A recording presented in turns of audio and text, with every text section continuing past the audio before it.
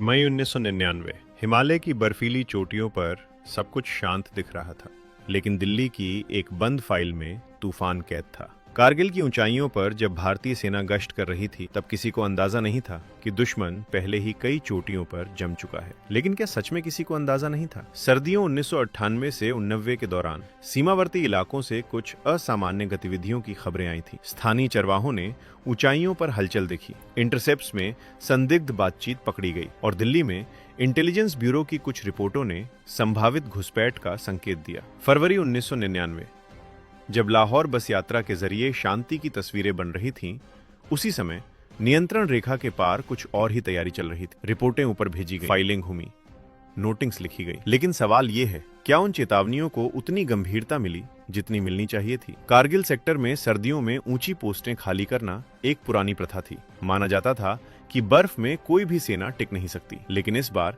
पाकिस्तानी सैनिक और घुसपैठिए उत्तरी लाइट इन्फेंट्री के जवान चुपचाप उन चोटियों पर बैठ गए। वे भारतीय सप्लाई रूट श्रीनगर से लेह जाने वाले नेशनल हाईवे AK पर नजर गड़ाए हुए थे। 3 मई 1999 को जब एक स्थानीय चरवाहे ने भारतीय सेना को संदिग्ध लोगों की सूचना दी, तब जाकर सच्चाई धीरे धीरे सामने आने लगी। पहले इसे सीमित घुसपैठ समझा गया, लेकिन जल्द ही साफ हो गया कि यह एक सुव्यवस्थित सैन्य ऑपरेशन था।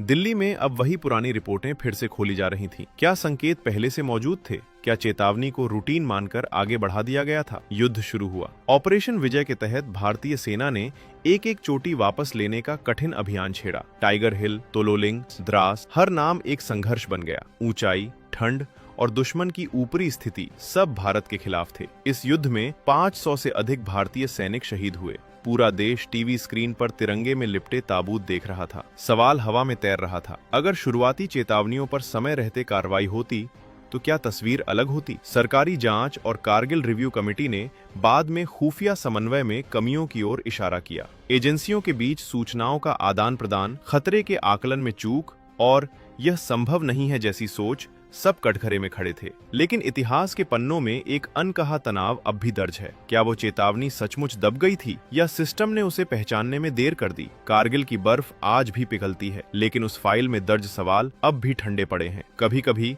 युद्ध सीमा पर नहीं, बल्कि उन कमरों में हारना शुरू हो जाता है जहां एक चेतावनी को बस रूटीन समझ लिया जाता है।